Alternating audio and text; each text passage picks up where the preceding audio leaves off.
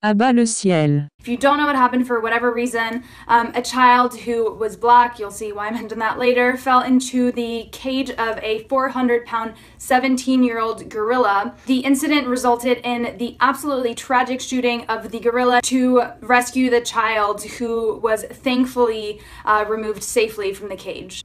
Well, it's weird because I remember, like the other day I was watching the news in my hotel room, and they were like, they shot the gorilla, there's such an outrage. And I hadn't seen the full video because it just showed like the kid kind of going up to the gorilla, and I'm like, okay, the gorilla ain't doing nothing. Like, why did they shoot the gorilla? But then they showed the other part of the video, which showed the gorilla dragging the kid through the water, and I'm like, I would have killed that gorilla. Shoot the fucking gorilla. Shoot the fucking gorilla. It's not even a question. Harambe was a gorilla native to the region of Central and Western Equatorial Africa. This species of gorilla is now considered to be critically endangered by the International Union for the Conservation of Nature, so it has a high risk of going extinct. According to zookeepers, it is now their moral obligation to preserve these gorillas, whose habitat has been completely destroyed, in this case mostly by logging and mining. I'll tell you exactly. This gorilla is dragging a 3-year-old boy, which is, I mean, I don't know if you've been around. I don't care if the gorilla came up to the boy and gave him a banana. Shoot the fucking gorilla. Shoot and peeled it and handed it over to him. The second the kid got the banana, shoot the fucking gorilla. I really mean that down to my heart. So it's pretty ironic, wouldn't you say, that these animals are now stolen from their endangered habitat in Africa, which we're responsible for destroying in the first place, and then imprisoned in zoos in our Western countries to protect them. This is very interesting, right?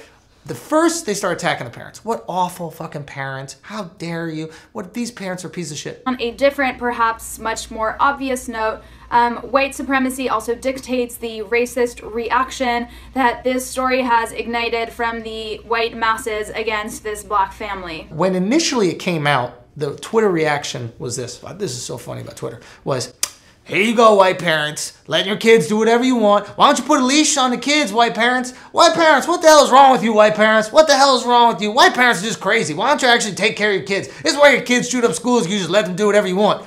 2 days later, it turns out the parents are black. Immediately, Twitter goes, kids are hard to take care of. You know what I mean? It's tough out here. These kids are rambunctious. They're wild. They're eating sugar all day, so they're running around. I mean, you don't understand the struggles of a parent.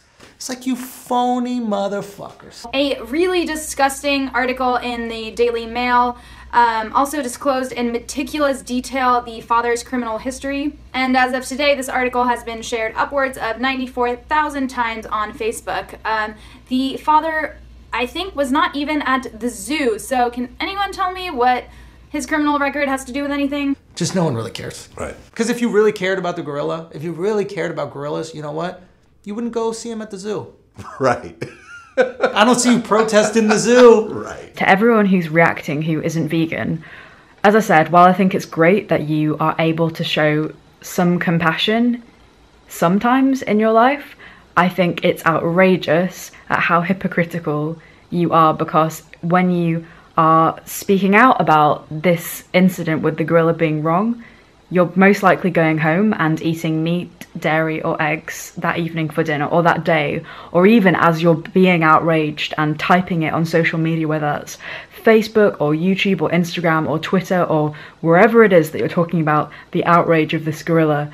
And I don't normally do rant videos, but I have to rant about this because I know Yulin Dog Festival is happening in the next couple of weeks, and it's going to be exactly the same thing on social media.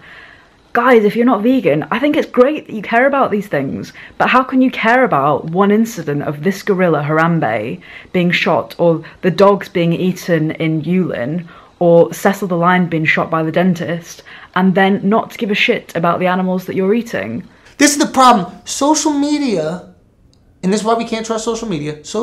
All social media is a vehicle for acceptance. Right? So I will post a picture on Instagram that makes me look better than I look so people accept me. I will say things on Twitter that are different than how I actually feel that make me look like a better person so people accept me. Right. I will Snapchat a life that I don't really live so people will accept me. So when it comes to this gorilla thing, there was a perfect opportunity for acceptance. Hey, if I show how much I pretend to give a fuck about animals, people will accept me. à-bas-le-ciel.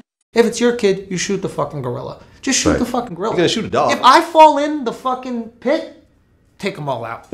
Caesar, all his boys, take them out. I don't give a fuck. You have my permission to kill them all, and I'll gladly stand over their bodies.